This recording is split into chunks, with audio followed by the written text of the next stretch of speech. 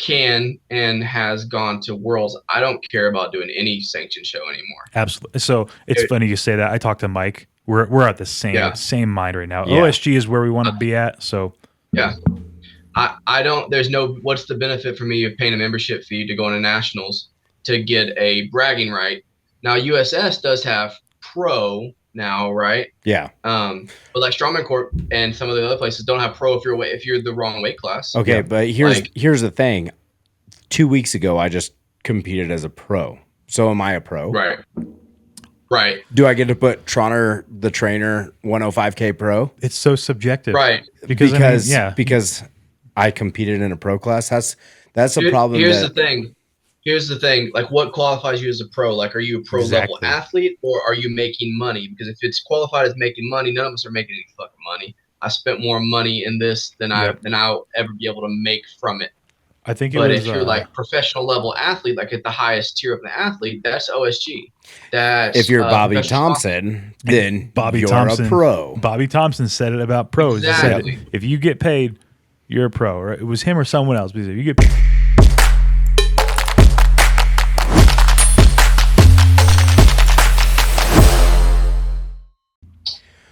What is going on, everybody? You are listening to the Built for War podcast. I am your host, Austin Trotter, accompanied by my co-host today, not Mike Musick. It's Zachary Lopez. You guys have seen him before. How you doing, Zach? I'm doing great. I miss Mike. Yeah. He, R.I.P. Yeah. Unfortunately, he died. Yeah. No, so if you guys wouldn't mind, we appreciate all the likes, comments, subscribes, all the shares. It's really been helping out. We are, at the time of this recording, we're one away from that 100 subscribers. So if you guys aren't subscribed, make sure that you get subscribed, because at 100, we are doing a giveaway. We're not telling you what it is, but it's free. So it doesn't hurt for you to subscribe and get signed up. Other than that, I think we're good to go. So we're just going to jump right into it. Today, we got two special guests with us today on the Zoom call. We've got Mr. Chase McGhee and Frank Donahue, and they've got a special gym called Pariah Iron in going to be popping up here in Texas. Yeah. Yes, sir. I guess so. What we're going to be doing with this, it's going to be kind of a series. It's going to break into kind of the nitty gritty, the down and low, kind of what goes into building a gym. We've seen people like Justin and Katie who have taken over a gym. We've seen people like the people down over there at Ritual Strength in Loveland build one from the ground up. We've seen another one from Brandon with Fit Gym also build one from the ground up. But nobody ever really talks about what it looks like in the first beginning, before it opens, after it opens, during the grand opening, all of that kind of stuff. So we're going to kind of jump into that. And yeah, so welcome to the podcast, fellas. Appreciate you. Give us a little bit of a rundown on what you guys got going on and kind of where it all started. Well, I guess to start, let's see. Starting for me on my end, I tried my hand at opening a gym with another buddy of mine back in like 2021, 2022 timeframe, maybe. And right off the bat, hit some pretty discouraging numbers, some pretty discouraging people that were very much like, hey, it's not really going to work. And I'm like, yeah, but you're doing it. So what's going on here? Wasn't super business savvy. And we kind of just gave up on it. A lot of life stuff happened. And we kind of pushed it to the side. And I focused more on training and more things with that. And then I met Frank through judging a couple of his shows, and we shot it around just like, hey, this is something I thought about doing. And he was like, yeah. And we weren't like buddies yet or anything at the time. And so when he was like, yeah, I thought about opening a gym, I'm like, dude, me too. And I think, what was it, Frank? It was after we had known each other for a good bit, I judged multiple of his shows by this time. I was like, hey, how serious are you about this thing? And he was like a heart attack, dude. And I think it was a stream of voice messages and text messages from that point. And that was like the beginning from what I remember. And there's one very important piece that's missing, because the name is Pariah Iron, right? Yeah. It's a very unique name. Yeah. No other gym has that. This will be the one and only. So Chase had come over for a workout one night. We're doing sandbag presses, and I've got in my garage a flag that says Pariah Iron. And he was like, "Hey, where'd you get that?" So for the longest time, we had both basically the same name picked out. Yeah. Like, and it was just like in line perfectly. And I was like, "No shit, man! Like, there's no way." Yeah. And the reasoning behind it was like a For Today song, and just everything kind of lined up. Like, it was like stars aligning. Okay. Yeah. That's super cool. When did all of the talking kind of begin? When, like, what year, month? Late 23, probably. Yeah. I mean, it was on the way to, let's see. It was leading up to So it was leading up to OSG in December. Okay. It literally what sparked it was I was on a road trip to, no, it wasn't. It was after OSG. It was in January because I was going to a New Year's Eve engagement party. And so I was on my way to Houston, and we had a long road trip, me and my wife, and I was like, dude, like, what am I going to do? Like, I really have this passion, this dream, and I want it to come to fruition. And I was like, but I don't know what to do. And I was like, you know what? I know somebody who's like-minded enough and who really, knows the PR aspect of things. And I just texted Frank on, I'm texting and driving bad. But I was like, hey man, how serious are you about this whole gym thing? And then I gave it to Kelsey because she told me to stop texting and driving. And she read it back and he said, as a heartbeat, what are y'all talking about? And I was like, dude's talking about a gym. And so January 2020, that's when the conversation started. And as soon as we got back, I think we met up that next week and kind of sat down and walked up to a coffee shop and had like our initial discussions. This dude, what did this dude tell him about your prize package thing that I walked into? It's crazy. My prize package, the shirt he's wearing. Yeah. So before we had talked, man. So the whole Pariah, the name Pariah comes from the outcast, like the misfit, the one that doesn't really stand out. And behind that for us is both being Christian guys in a field that's, not just outgoing with their faith or not just, making that the forefront, especially in like the fitness industry. And so the Pariah aspect was that for us. And when we both sat down, we're like, dude, I love that. Like, I've been wanting to call that my gym that for a while. I thought about that for a while. And he had the freaking banner and flag. He had all this stuff already with Pariah on it. I'm like, that's clean. And so our first meetup, he shows up. He's like, I got this for you. And it's a bag and it's this freaking shirt. And I'm like, holy crap, dude. Like, you already got everything set up and ready. I'm ready to rock, baby. Yeah. And so that was like week 2 of January, I think, something when we came back. And then, that's where the ideas and the, all the cool stuff, the passion started. Yeah. No, I like it because it's been a very, very fast-paced thing. Yeah. I was going to say, because this all just kind of randomly came up, and I had just gotten Instagram alert that Pariah Iron was like following me, and then I had seen there was only one follower of Pariah Iron, and it was Chase. And then I was like, okay, this must be Chase's brand. And then all of a sudden it turned into, oh, well, this guy I know, Frank, he's also a part of it. And now that it's Pariah Iron, it makes sense to me, because as a Christian, I'm like, okay, now I'm relating it. Like, it makes sense. So that's really cool that you guys are doing it more Christian faith based, because it seems like the world alone, but the sport is not really into it. When, I mean, you do a log lift just right and you fail, you're going to die. Like, I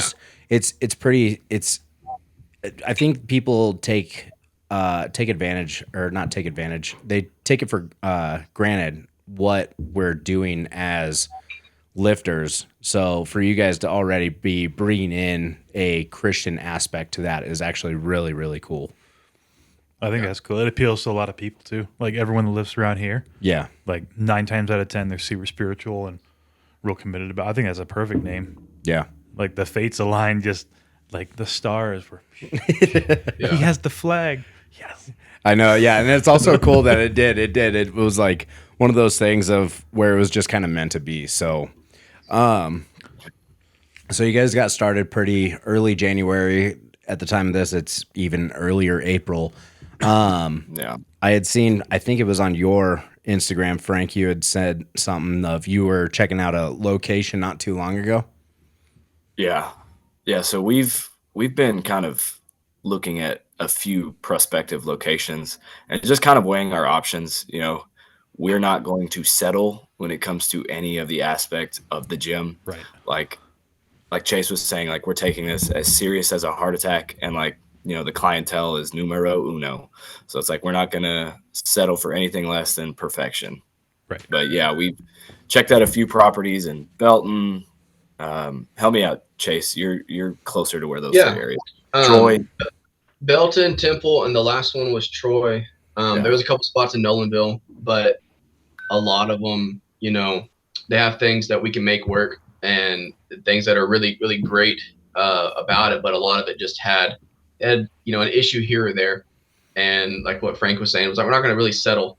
You know, we want to make sure that when we're picking a spot that is not something that's like, oh, well, we can overlook that or we can kind of sweep that up. Yeah, we wanted it to be perfect. We wanted it to be exactly what it is. And we have a really good prospective spot right now that we're in talks with. And the biggest deal with that was travel. And we were kind of looking at, Frank did a poll about travel, like how far would you be willing to travel for a quality gym? And in Texas, you know, Texas is a huge freaking state. Yeah. And there's so many gyms already. And Dallas Fort Worth is a big center for a lot of those strength athletes. Yeah. And I mean, Belton's basically right in between Dallas and Austin. Yeah, for sure. And it's a nice point. Yeah. Yep. The spot we're looking at is right off the main highway that goes from Austin to Dallas. So we're literally midpoint on the way right there. Oh, yeah. If we get the spot we like, it's right off 35. Fuck yeah. So you're right by Waco too. That's a nice spot. Yeah, those it was funny because after we were talking about, you know, the equipment, which we'll get into, we were kind of looking at the where you guys were on the map, and it was funny because we're going to be down there in Mesquite here in August to do OSG, and then shortly after that I was like, you know, it'd be kind of cool to take a trip down to Austin. And then the equipment thing came up, and then Belton was like right in the center of it. I was like, holy shit, we could do all of this in 1 week. Right. Get some good content. Yeah, absolutely. And it's funny too, because we are starting to get more into like content based stuff. But yeah. So what kind of like spaces are you looking for? What are your guys's absolutely's and your absolutely nots when looking for a space? Yeah. Yeah. Our absolutely's is we need enough space to house startup members, right? So the name of the game for the gym biz is you're not going to make money, you know, in the first X amount of months, maybe a year, maybe 2 years. You know, you're not going to just no one's doing a gym for, you know, a cash cow type thing. It's not going to be just pulling in money. So the thing is starting up with enough space to house a good amount of members that you can grow for a year or two, but not buying a 5,000-6,000 square foot building that's going to be empty the majority of the time. And so that's been a big thing for us, is finding a space that is big enough to house, you know, the members we're going to have, which, you know, we're hoping, you know, the goal is 50 to 100 within, you know, the first few months, right? That's what we want to get. 100's a big number, but we think, you know, with the things that the promotions and the shows that we put on, that we can get there. But 50 to 100 is that goal, and we want to be able to house that comfortably. Yeah. But we don't want to buy a 5,000 square foot building to where 100 people, even in that gym fully, if they were all in there at one point, we'd have empty space. You know, now we're just paying money for no reason. Yeah. So our absolute release, basically. Yeah. What's the our absolute leads is, you know, make it a spot that's comfortable for people. and they have enough room, they're not crowded. And then absolutely not basically is like, we can't be in a spot that doesn't allow. This podcast is sponsored by Cerberus Strength USA. Make sure that you guys go to cerberus-strength.us for all of your Cerberus needs. Yeah, absolutely. They're the absolute best. They're coming up in the game. They're owning the game. Cerberus Strength is the best quality product you can possibly wear. I mean, I tell you what, whenever I think of strongman or powerlifting nowadays, I think of Cerberus. Dude, I think about Cerberus every day. I mean, because I wear Cerberus every day. It looks super sick. It does. Make sure that if you guys want any of the gear, the equipment, accessories, apparels, they're even coming out with supplements now. Absolutely. Make sure that you guys go check out Cerberus Strength. For real. They're literally one of the best in the business. Probably the best in the business. They're sponsoring everybody from strongman athletes to all the strength sport athletes out there, taking over the game. And you just know you're in safe and good hands when you rock Cerberus Strength. And make sure that you use our code B4WAR at checkout to save you 10% at checkout. Absolutely. And their packages always arrive, no problems, shipping, everything. So B4WAR, get you 10% off. And thank you to Cerberus for sponsoring this podcast. Absolutely. We love you. We love you. This podcast is sponsored by Premier TRT and Med Spa. Make sure you guys go over to www.premiertrt.com to get all of your testosterone, hormone, and peptide needs. Absolutely. And just overall general health. I mean, you guys want to be checked out by the best in the business and people that actually care about you and your well-being and your overall health, whether it's strides and strength, admirations, or just a healthy living style. You guys cannot beat Premier TRT and Med Spa.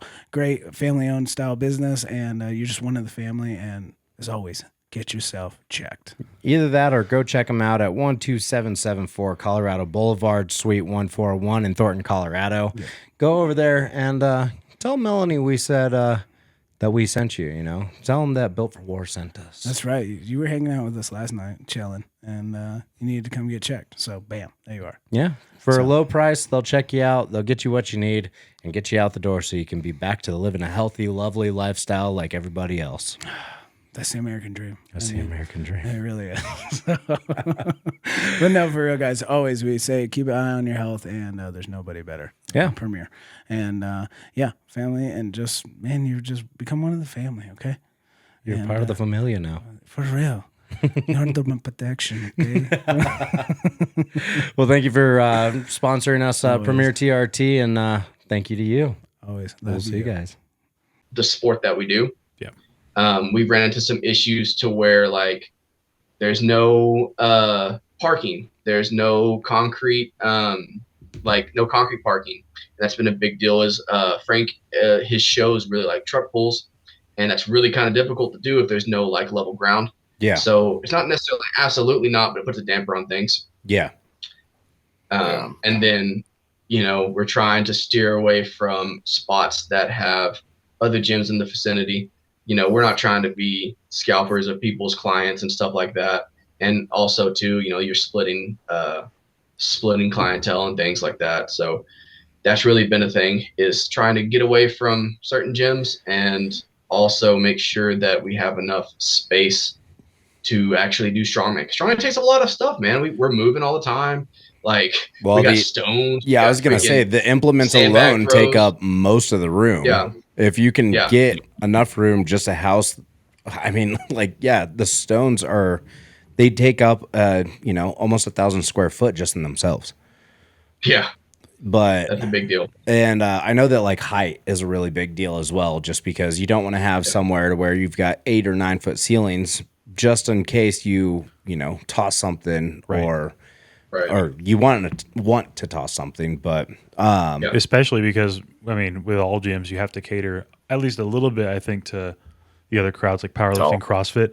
Because, I mean, if you have a CrossFit competition, you're going to want a height that they can hang a rope and climb and do all that. And that's the thing for sure for us. Correct me if I'm wrong, Frank, is we're not a strongman gym. We are strongman centered for the strongman. Like, there's nothing in the area for strongman, and that's where our focus is. But it's a strength gym, right? Like, CrossFit has crazy carryovers to strongman. Yeah. And powerlifting has crazy carryovers to strongman, and we want to cater to all of those. We want to hit the market of people that can't go to Anytime Fitness or can't go to 24/7 Fitness and get a good workout in because there's not enough plates, the bar is going to bend, or they're getting yelled at because they're dropping plates or deadlifting 500-600 pounds, and they're like, hey man, where's all the plates? We want to cater to those people. Yeah. Right. And it's like we're not just strongman, it's a strength-based gym with, obviously an emphasis on strongman, but yeah, like most gyms, even some of the mom and pop gyms, like when I say, hey, do you guys have like a deadlift bar? They're like, we've got those, and it's just regular, weightlifting bars, 29 mil. Like even some of the, mom and pop gyms here don't have like the proper like equipment. So yeah, we want to kind of fill that void. Well, it's funny because a lot of mom and pop gyms now, they're starting to become more popular because all the commercial gyms, I mean, take Planet Fitness, for example, they're all about that judgment free. Yeah. But they're pissing a lot of people off with some of their policies. So like even in Northern Colorado, like I think at my gym we gained 12 or 15 new members in the first 3 months of this year. Yeah. And then Ritual for the longest time, I wasn't sure what was going on there, but it sounds like they're still doing good and they have a competition coming up. So yeah, it's funny. I think that people are starting to turn a page and get to the point to where they really want a hometown feeling of a gym where they can have, their cardio, they can have their machines, they can have all of these different amenities, and they can have the same people to talk to every time. Yeah, and they can also, if they are, strongman based, powerlifting based, we all have our things, right? There's been so many gyms that I've gone to where I'm like, hey, do you guys have a log here? And they're like, what is a log? Yeah. Like, are you expecting to bring in a tree? Like, what? Go check a toilet, maybe. Yeah. Yeah. And yeah, that's the other thing, Frank, is that they always go, well, we might have one out back. And it's like out back, rusted. It is a part of the concrete at that point. And you're like, well, cool. I think I'd just rather have a home gym at this point. And I feel like a lot of people have kind of gone to that, but I still think that the community of a gym has really outgrown kind of what the home gym feeling is like anymore. Yes. Yeah. So and that's the thing too with being off of 35. Sorry, is just like we're gonna have carpeted platforms for powerlifters. We're gonna have CrossFit rated materials, and even CrossFit classes is something we're looking into, to where we can house those people that are serious about fitness, and that's really who we're targeting. Like, you're serious about your fitness, cool, we have a spot for you. Yeah, like you if you need to travel to come lift somewhere and you are along 35 and you need somewhere to go and you're in between Dallas and Austin, like we have a spot where this is carpeted IPF rated platforms for your deadlift, for powerlifting. Yeah. This is strongman rated freaking log that you will see. This is, we have yokes, we have stones, we have everything for everybody. We have strongman equipment that is not collecting dust. Yes. Because that's exactly what I've seen. The majority of it is like, hey, we've got, a yoke over there. We've got a set of farmers and we've got some in that stones. corner. And you go over there and it's like, this shit hasn't been touched in a year. Yeah. like since y'all moved it here. Yeah, and it always seems to be like missing shit too when you pull up and you're just like, where's the pins for these things? Oh, hold on one sec. And they start rummaging through the bins and they're like, we don't have any. But we can go to the store real quick. Jump from like 170 to 350, like, and nothing in between. Yeah.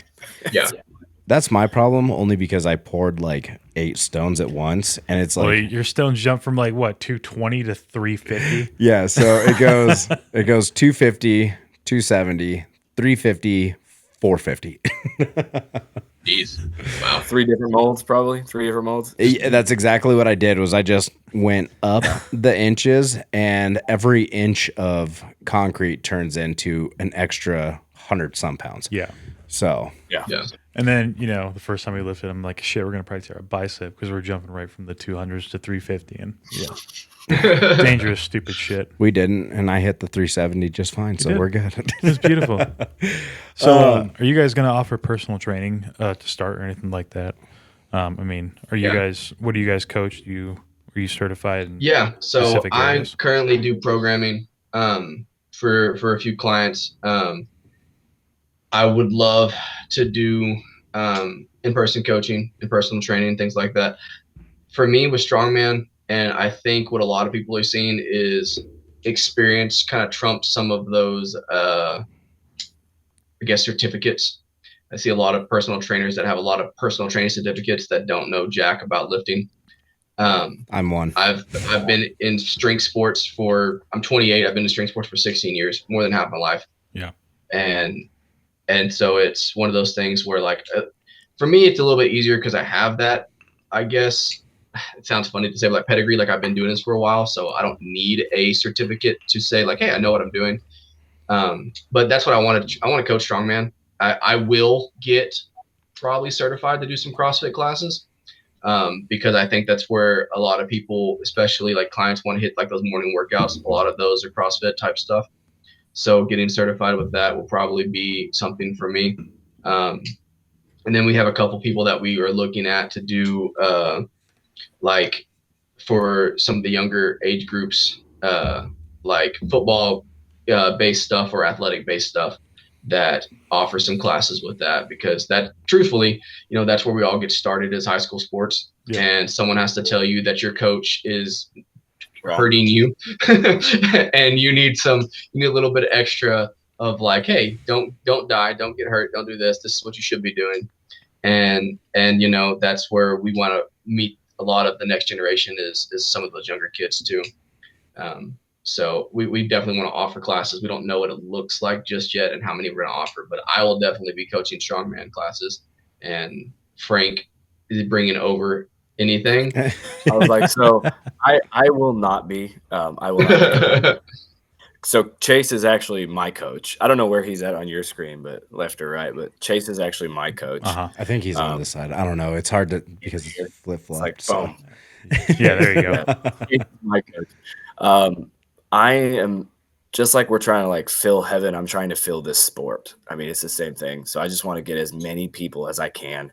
So like, shameless plug here, but last weekend we hosted the Riveter, and the Riveter was the largest ladies only strongman show in United States history. Hell yeah. And I've had multiple ladies reach out to me over the past 5 days and be like, I've found a new home. And they were like, I had no idea. Like, and that is my ultimate goal is, we're filling heaven and we're filling the sport of strongman. So, I absolutely love that because the sport of strongman alone has, obviously we all know, is super heavy, out of shape men.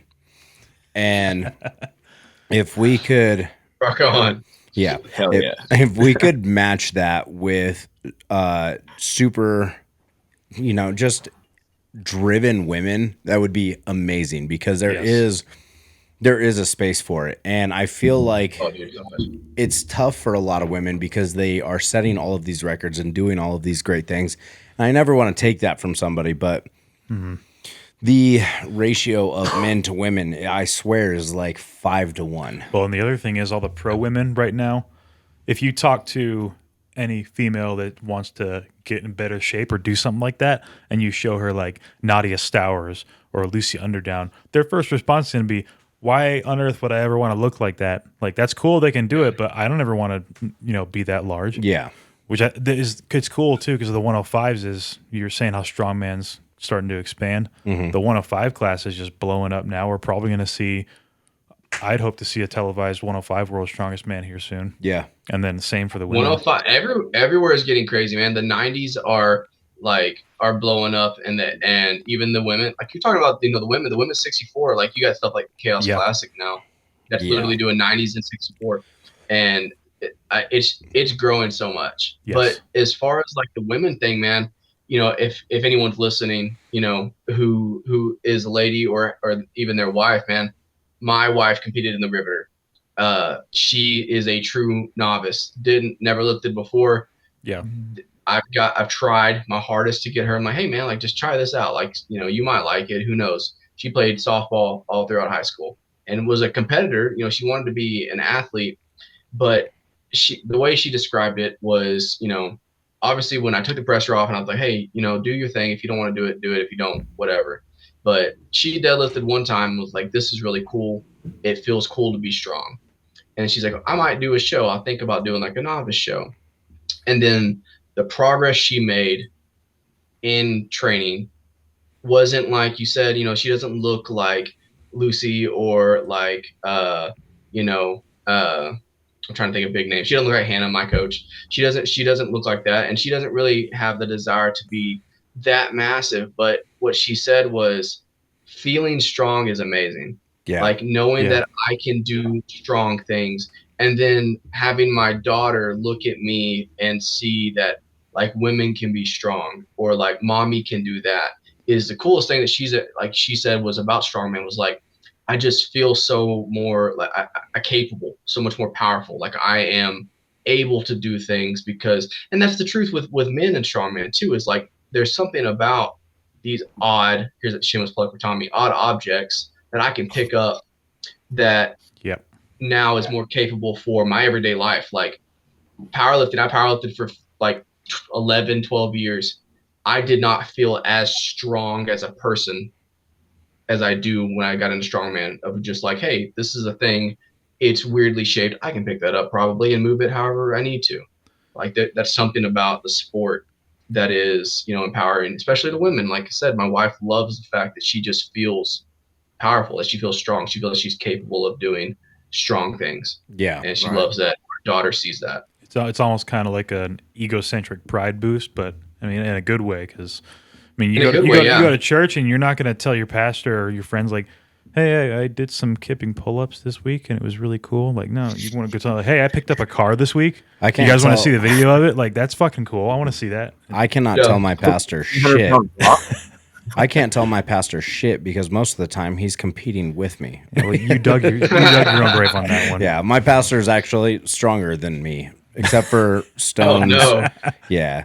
So it's funny. We had him on here. We're about to have him on again because that's the whole reason why I got back into my faith, was actually having him on the podcast. Yep. And that's obviously a story that we can get into at a later date. But I do love that awesome. Because it is funny because if my wife wasn't, I think she was like 3 or 4 months postpartum when she did her first strongman competition. Yes. She really loved it because all of the women are also extremely, how should I say, like they build such a community around it. Like, it's just as the men, they bring in all of these walks of life, all of these people, and at comp day, whether you're the strongest person in the world or you're the weakest person in the world, you still have like a community based around it. And it's still like, you can do it, keep going. Everybody's cheering for everybody.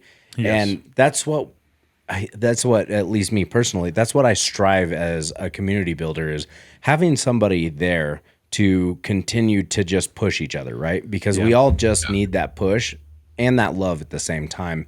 And I feel like women are obviously a lot more in touch with their emotional side. Especially, they are way more sensitive to this stuff. I mean, and I'm not trying to be rude, but you think about powerlifting or sports in general, CrossFit. I mean, women are, and men too, just down each other's throats. Yeah. All the goddamn time. So it's really nice to have a sport like this where you go there and everyone's your friend immediately. Yeah. And showing you what to do. So. And that was a testament to the Riveter, man. Like, there was some strong women and there was some strong, like people there, and you saw every end. It's a novice show, so you saw every end of the spectrum of a person who's never competed before but's just strong, right? Right. And so they're able to pull this massive amount of deadlift, and you see someone who's a true like novice who's like, I kind of want to like try lifting, and they decided to do strongman for the first time. And they're not able to pull, but like the camaraderie that you saw between the women in this community was everybody was kind of just excited for everyone. Didn't matter where they were at. And that was awesome to see. I love it. Yeah, super crazy. Cool. So you're talking a little bit, maybe circle back. So what is your background? What are both of your backgrounds? You said 16 years, Chase, you've been doing fitness stuff? Yeah. What's that look like? So I started in powerlifting in 8th grade, and then went to my first competition as a freshman in high school. So that was back in, let's see if I graduated in 2014, in high school, 2010. So started powerlifting since then. I went to I won state in Texas State powerlifting in 2014 and set the state record for powerlifting there. And then went to college and powerlifted all 4 years at UMHB. They didn't have a club or anything. I just kind of like freelanced by myself. And powerlifting has like all different types of federations, as I'm sure y'all are aware. Yep. So I competed with what was around. So any shows that were in Waco, Belton, Gatesville, Temple area, I competed there. I think the farthest I went was like Dallas. So I competed in a bunch of things, but I fell into a couple of ones that were common in the area, which was called NASA, believe it or not. And it was like Natural Athlete Strength Association.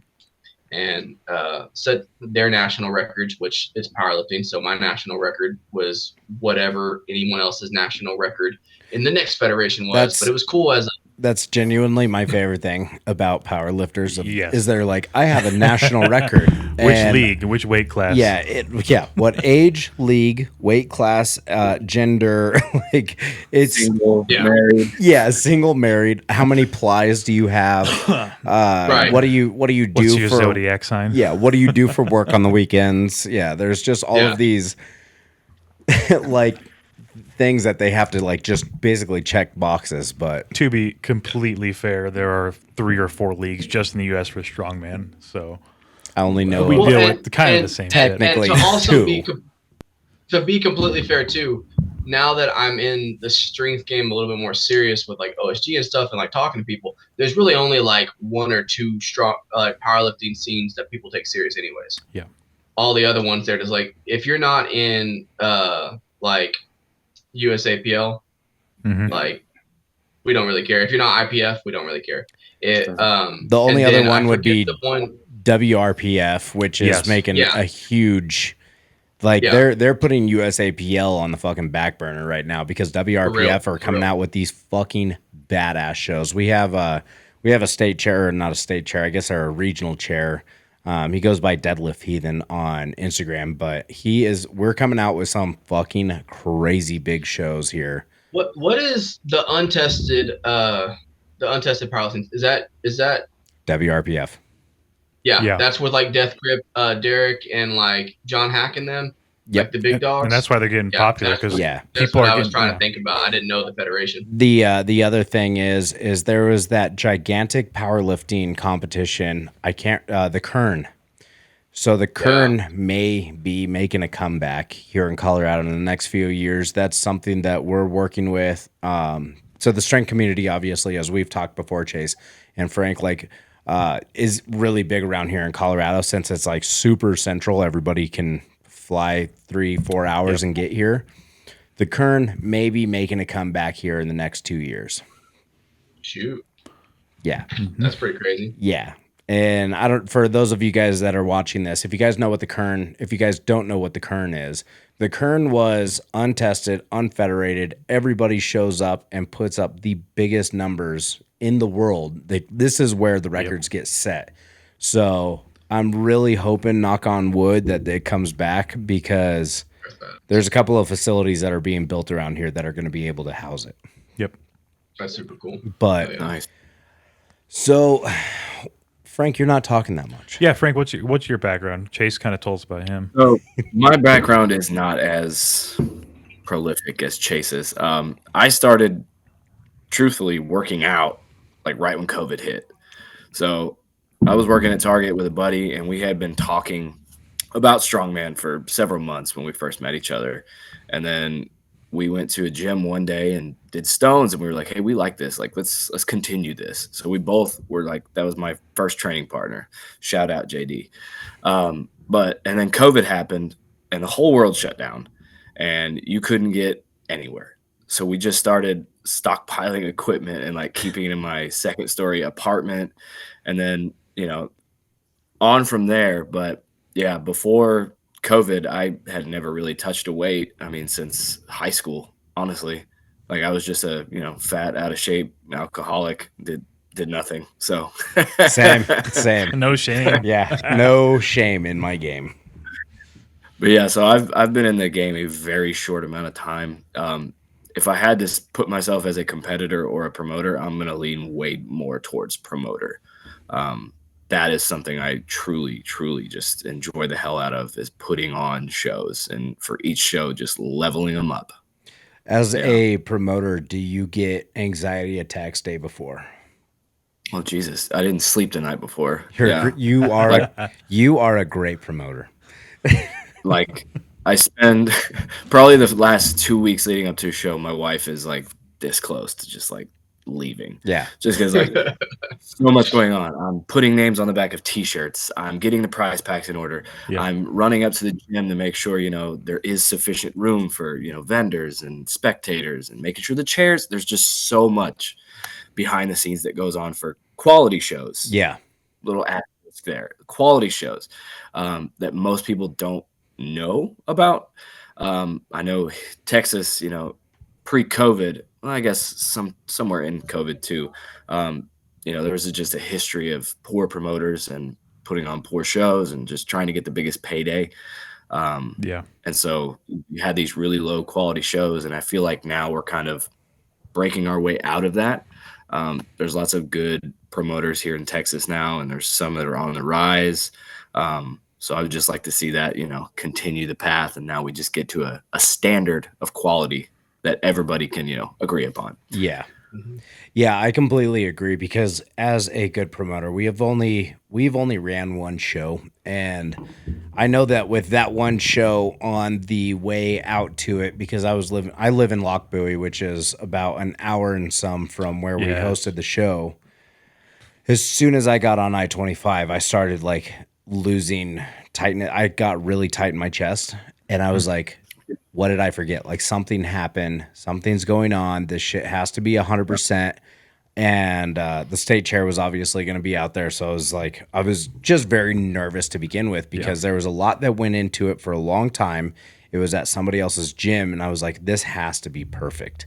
And I'm a perfectionist as it is. Like, if it ain't done right, it needs to be fucking redone until it is done perfectly. And unfortunately, I really struggle with that. But I know as a promoter of a show, it's a big fucking deal to have a good show, because you don't want to be one of those fucking guys that, like, I've gone to I went to one show to where it was actually only 4 events. We didn't get a shirt. It was in its own, and I'm not going to shout out names, but it was in his own gym, and there was shit parking. There was a shit scale. That's still not the worst show you've been to. Not the worst show that was the worst show I went to. I haven't done. You went to so do you remember our very first competition? Might have been your second. It was my second, but yeah, that one was a That really was bad one. That was it was literally in somebody's backyard. This dude had a backyard just large enough that he could put like a 60-foot run, and he had an open garage that he could do a truck pull.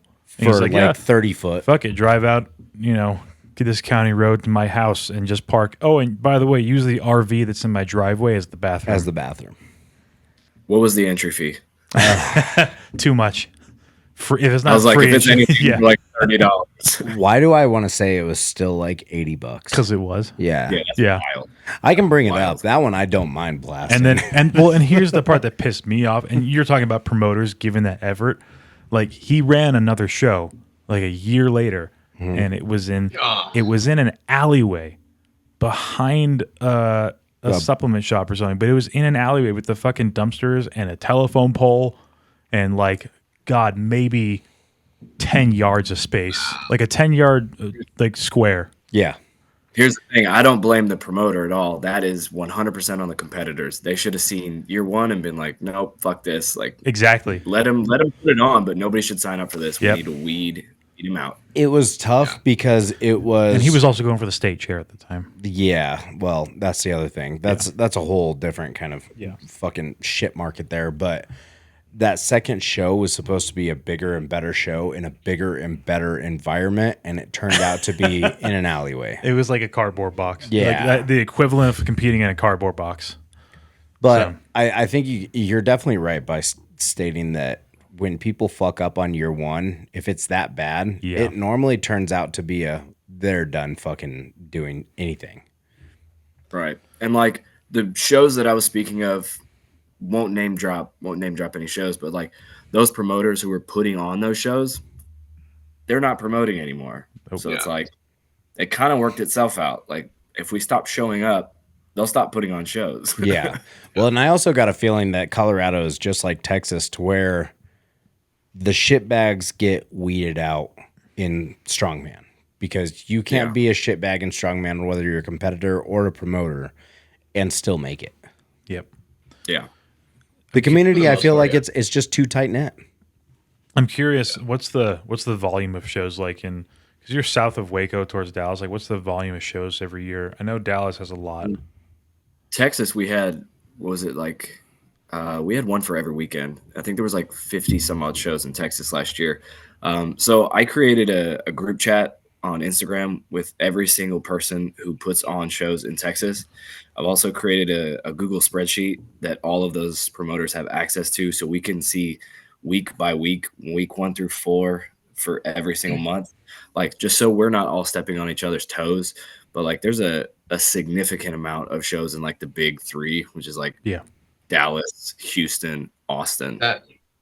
So that's something me and Frank talked about recently too. It's like the size of Texas that we have is not represented by the areas that we put shows on. Right. Like we'll have 50 shows, but if those shows were spread out across Texas, if we had more towards the west, towards like the Lubbock area, if we had more shows towards the southwest, like we have 50 some odd shows, but they're in the Dallas area, the Austin area, or the Houston area, and then a couple San Antonios. And it's those 4 spots that it's either in those cities or in a suburb of those cities. And so it's like there's nothing anywhere else that's really popping up. Right. And so that's why, like, you see a lot of promoters, and Frank, you can probably attest to this. They're like, we got to stop putting on so many shows. It's oversaturated. It's like, it's not that it's oversaturated. It's just that we're not, like, no one else is doing anything. Like, there's no other spots, which, makes it oversaturated. But Texas is huge. You should be able to house more shows than other states. It's just when they're all happening in those areas, it makes it difficult, man. Yeah. And that's the thing too. It's like the quantity of shows is obviously comes into play a little bit, but it's like, is it the same weekend? And is it within driving distance? Like, what are you doing? I've had my show posted for 6 months, and you're gonna, post a show, the same weekend 4 months after that. Like, what are you doing, dude? That also speaks to somebody's character, because you can literally look at a show and be like, okay, that's a week from my show, or that's on the day of my show, and you're 30 miles away. I posted this, months before you. What is your problem? Yeah. And I think that, well, at least the nice thing here. Yeah. Oh, go ahead, Frank. I was listening. With Iron Podium, you can scroll, and like, you can't even get through all of Texas's competitions without having shows in Louisiana. Yes. Shows in New Mexico. So like, some of those Texas shows can get lost. So like, that's where that Google spreadsheet comes into play. But like, there's no excuse. Like, this is every show that we're having this year. You can see it all this much of your screen. I was like, so there should be no crossover. And like, a lot of the promoters have been like, yeah, this is great. Like, this is awesome. Like, everybody's on the same page. So hopefully, and I created that late last year. So hopefully, like, this coming year and the rest of this year, you don't see a lot of those shows that overlap. Yeah. So that is the nice thing. The state chair of USS here, because the state chair of SC is kind of floating under somebody's wing. Yeah. The state chair of USS actually has like a drive just like you do for locals. And he created the same thing, like a live spreadsheet, to where throughout the entire year, exactly what comps are going to fall on what dates, and they're in different colors. So it's whether it's SC or USS, what day, what it's called, what kind of class it's going to be, whether it's like novice intermediate or a pro or a all the above, all of these kind of shit. So it's I feel like Texas is kind of getting on the same basis, or it has built the same basis, thanks to you, Frank, of being on the same page with everybody. You know what I mean? Because even though we're all promoters, right, and we all have our space, we're doing this for one thing, and it's not for money. It's for athletes, to give everybody a platform to stand on.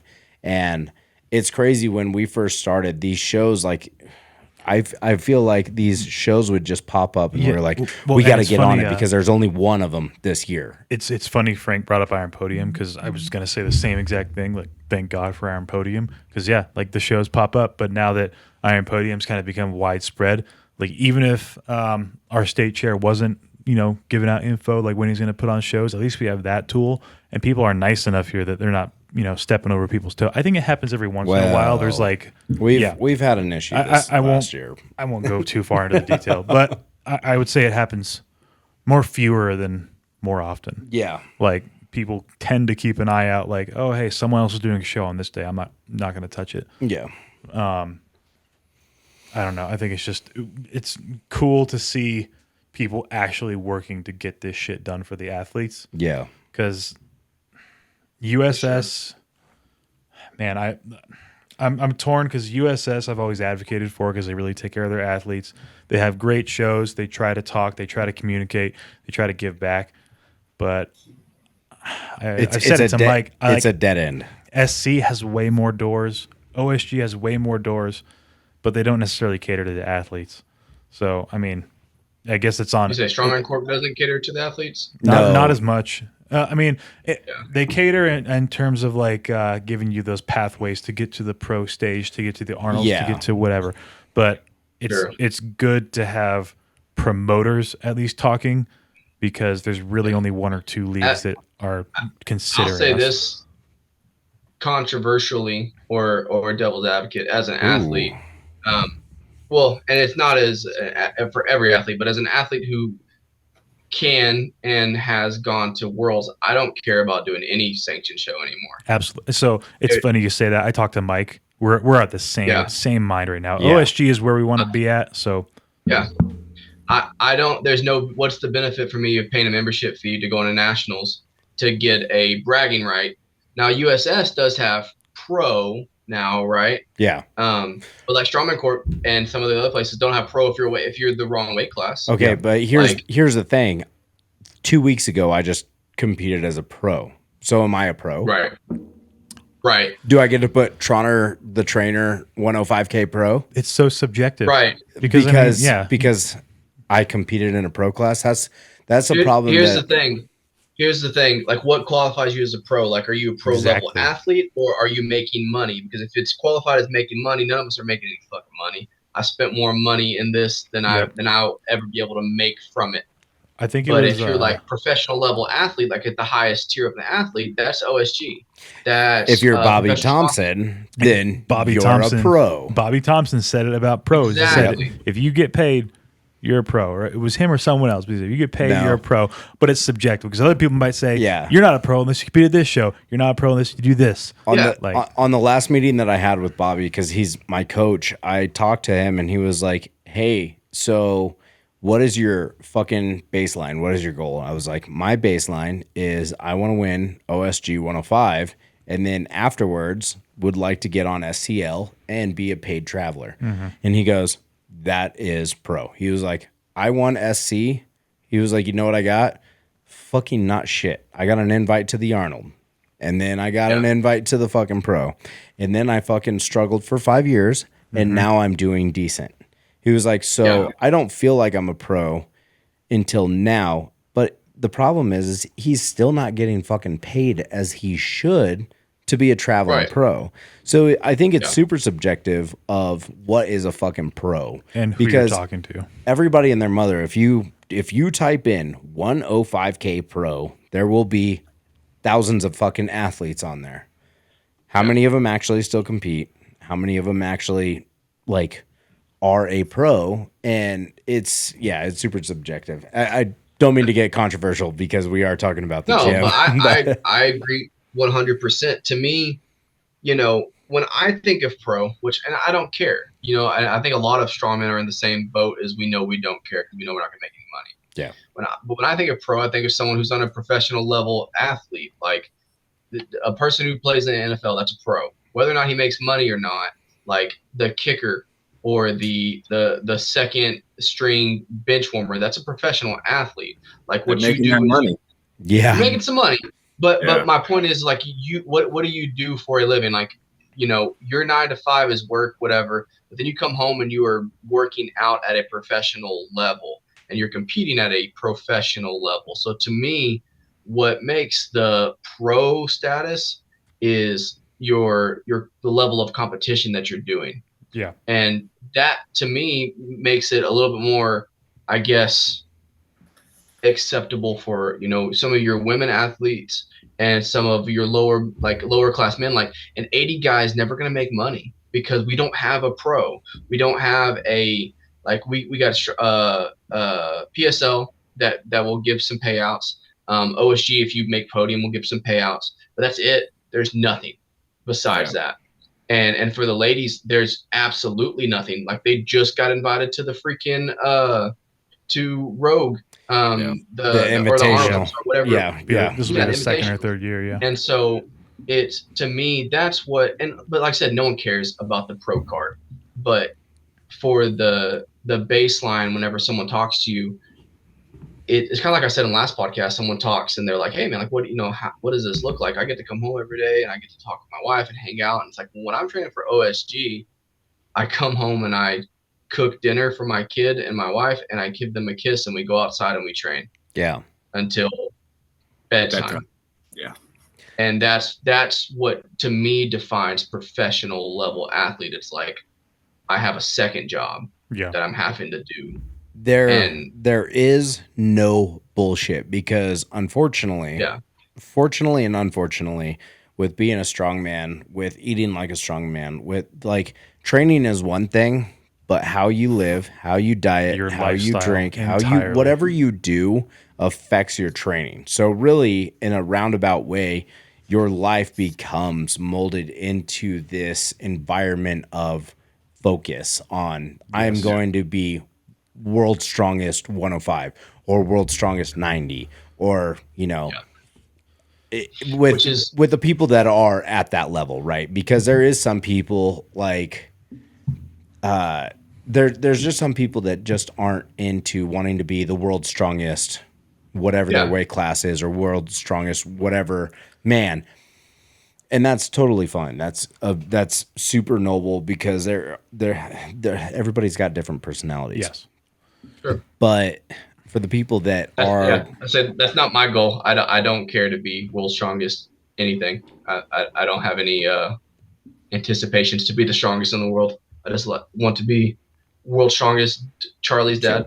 Yeah. World's strongest Charlie's father. It's funny because we talked about that the last time, and I was very, very selfish on what I've always wanted with my own life and then having my son, because I'm pretty sure you were on before my son was born, or maybe it was like right when he was born. Soon after, I think. Yeah. I've always wanted to be world's strongest 105. Mm-hmm. Now, that definitely, if I broke both of my legs and can never do strongman again, it wouldn't fucking bother me. Like, right.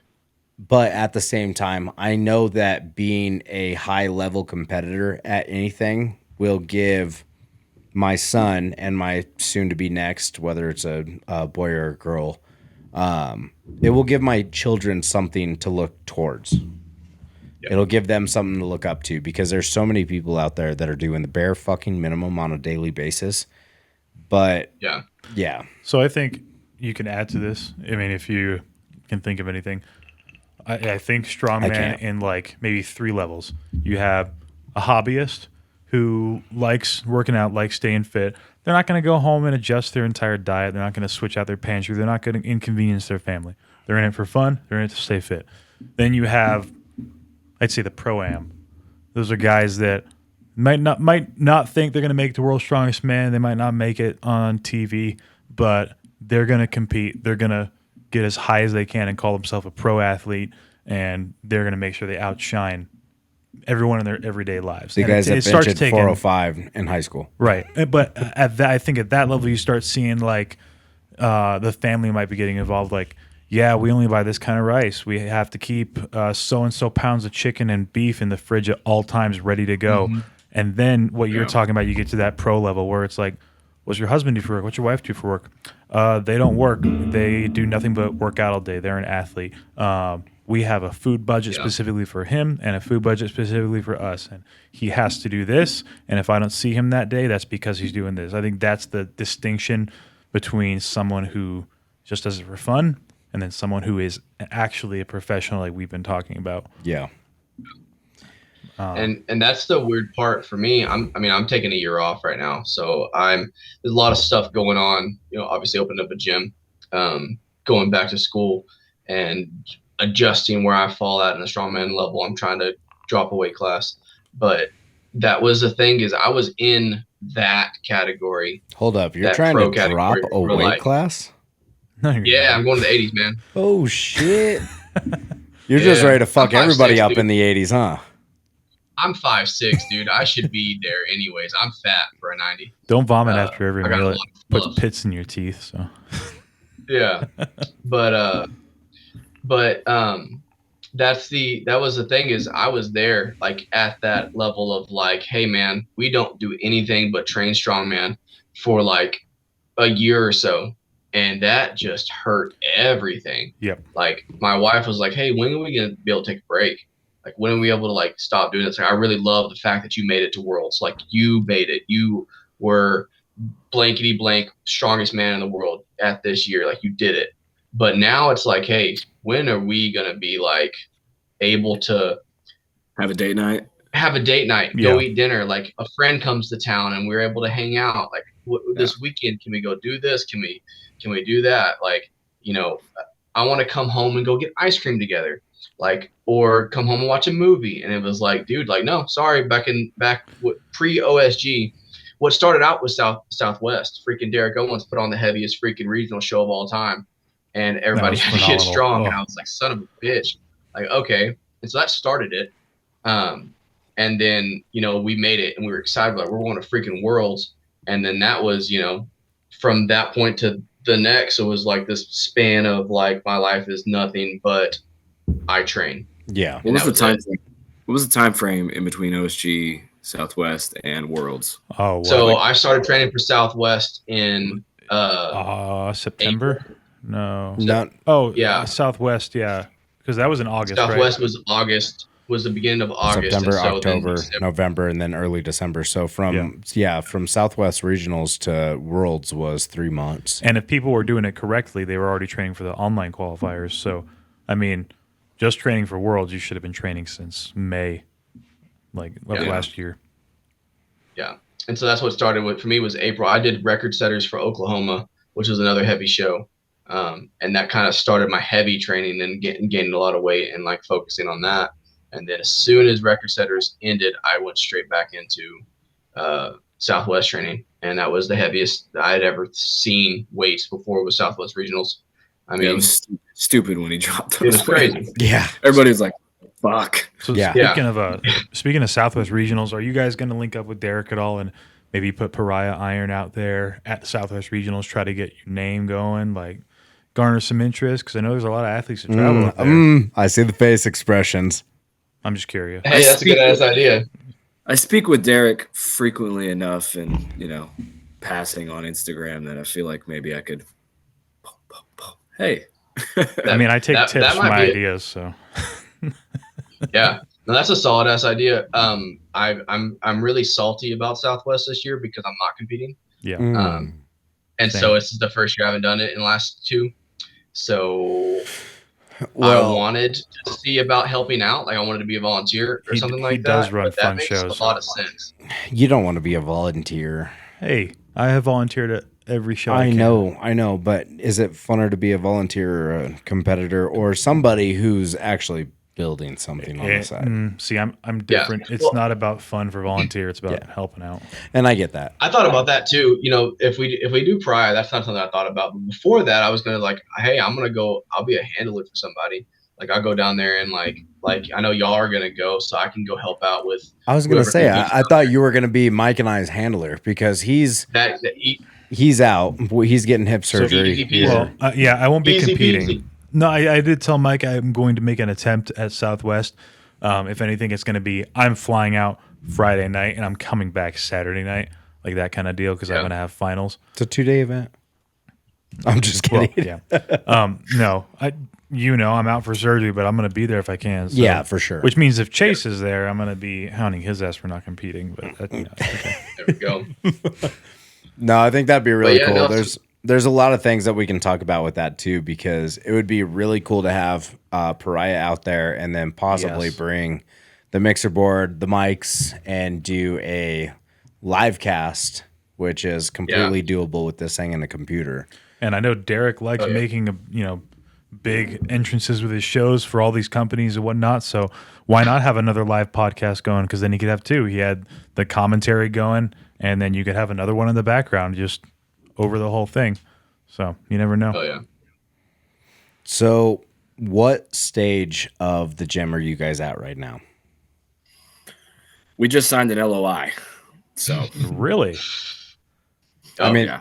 that Congratulations. alone so for those of you guys that don't know, LOI is letter of intent.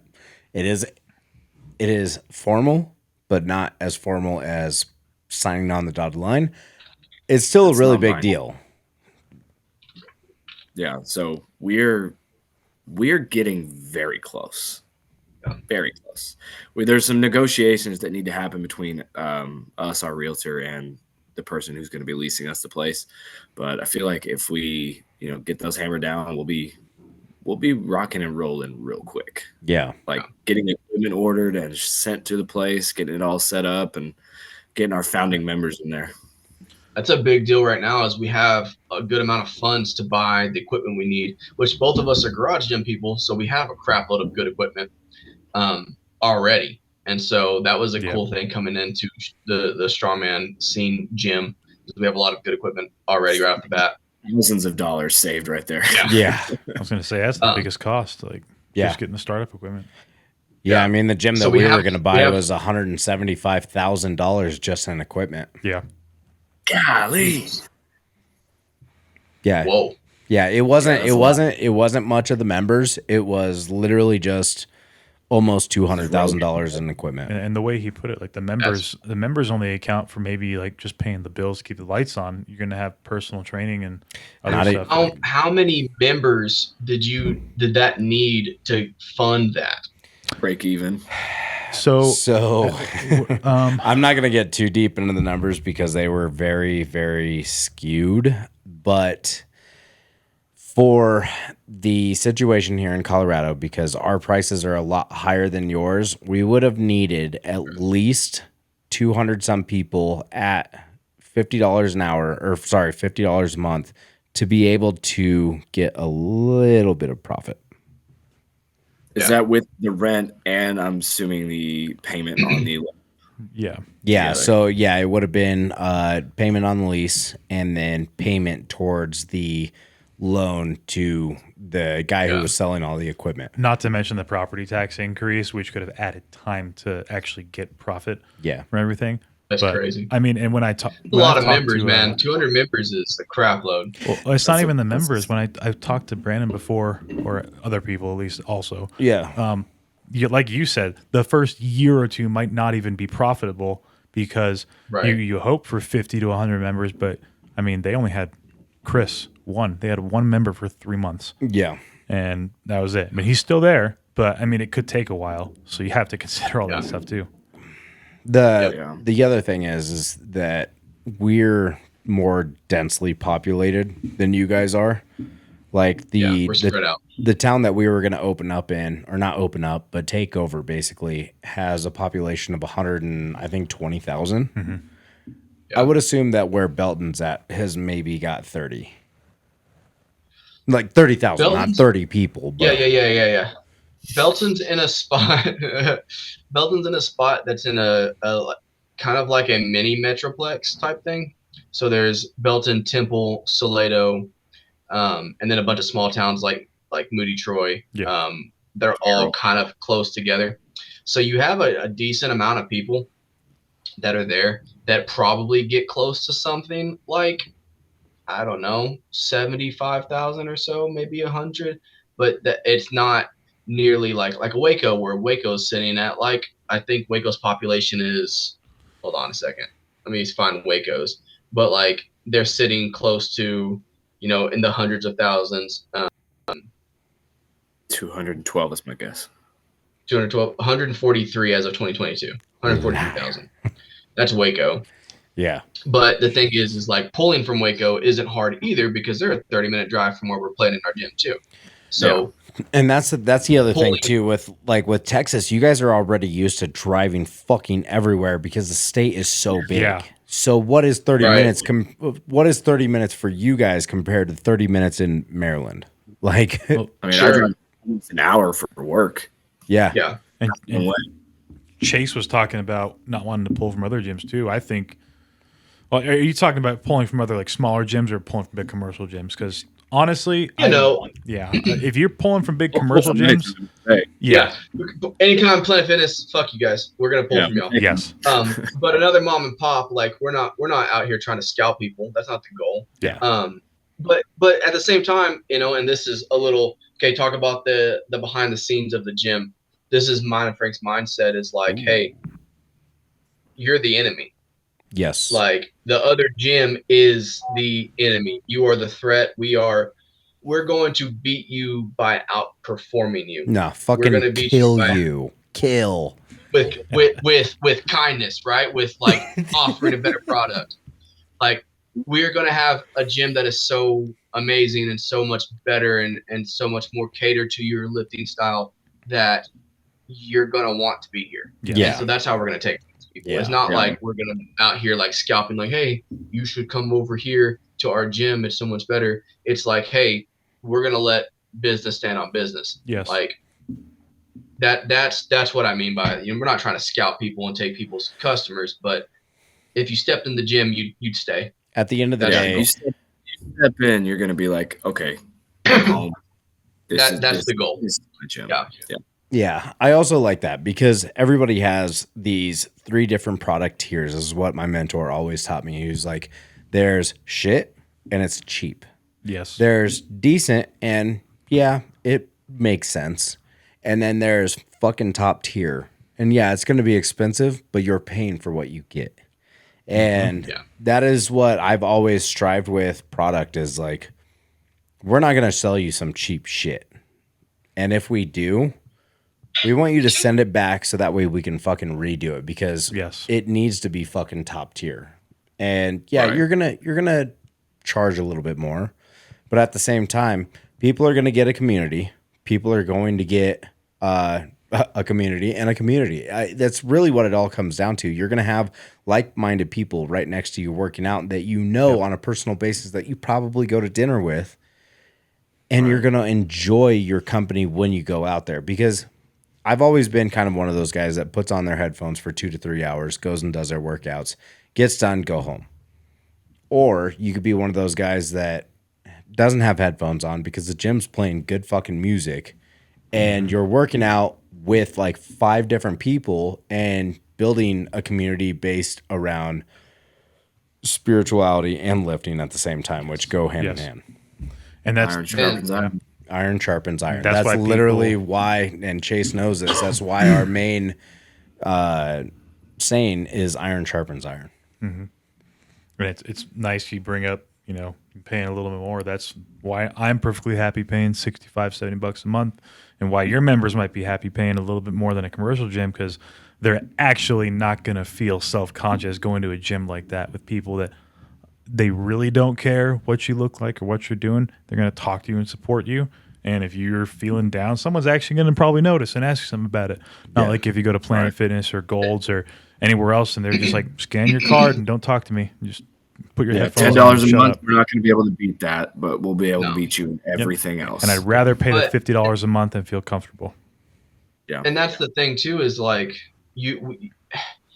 you're the target audience that we have, that we're charging more because you're getting better stuff.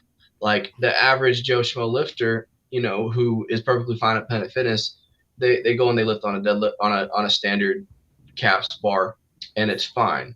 But if you're serious, the difference between a caps bar and a deadlift bar or a Texas power bar or a Rogue Ohio bar. The difference, and what it's capable of. You can't put 500 pounds on a caps bar without that shit bending the second time you do it.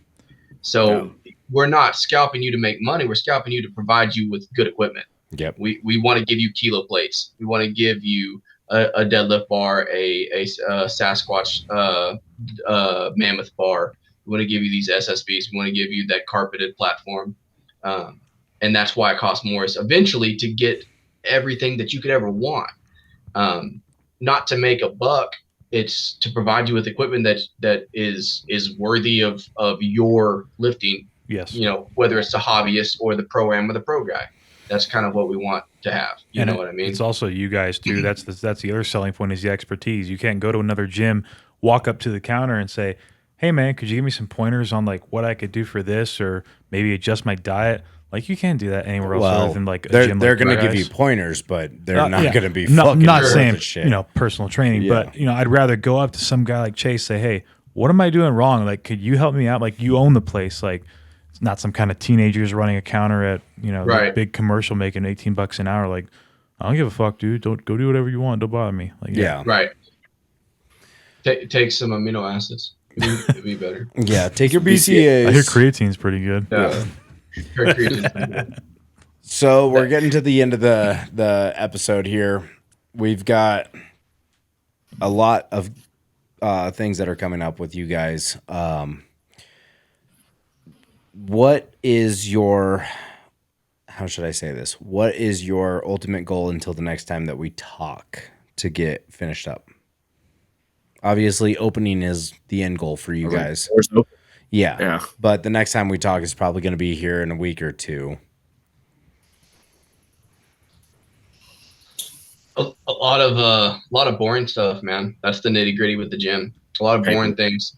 Paperwork. We need to get a good profit loss template set up that we want to start doing. We need to get a good solid business plan that just talks about, you know, where we wanted to go, where things happen between me and Frank. Being a partnership is fine and dandy while you like each other. But one day in 3 years from now, when Frank steps on my toe and I piss in the urinal wrong and we're mad at each other, you know, like we want to have a good solid foundation for those type of things. You know, just like a marriage or a friendship, you want to have a good solid foundation for those type of things. So business plan, and then looking at, you know, the hard parts of like taxes and opening an LLC and getting business insurance, things like that. That's the boring nitty gritty of where we're at. Really. Monotonous stuff that you do not think about. Yeah. It's I think it's all buys and buying equipment, but the majority of it is not that. Taxes. Yeah. There's a difference between taxes. Yeah, there's Freaking taxes. We'll get into that on the tinfoil hat episode next week, but For sure. No, I think there is a huge there's a love for it, and there is also a this is a no bullshit kind of a route for it, and I'm glad that you guys are already building all of this up. It is really cool to talk to you guys and kind of get a good perspective on what you guys have going on. So I'm super excited for this series. I think our viewers are going to be super excited for the series as well, because I think a lot of people do have that misconception of, well, it's just weight in a room with a guy that makes money off of me. And I don't think that a lot of people realize that it is much, much more than that. So we really appreciate what you guys are doing. Shout out your guys' social links, whatever we can do to help out. If you guys have any kind of like profiteering or anything like that, now's your time.